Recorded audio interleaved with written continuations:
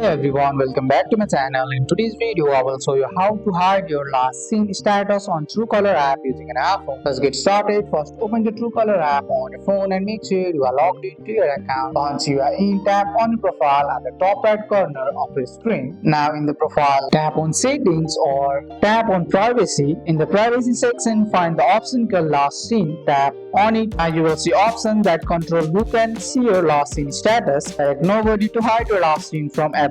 Some version may also give options like everyone or my contacts. Once you select nobody, your last seen will be hidden automatically. And that's it. You have successfully hidden your last seen on Truecaller using an iPhone. That's all for today's video, guys. I hope you guys liked this video. If you found this video helpful, drop a like, subscribe for more videos. Thanks for watching. See you in the next one.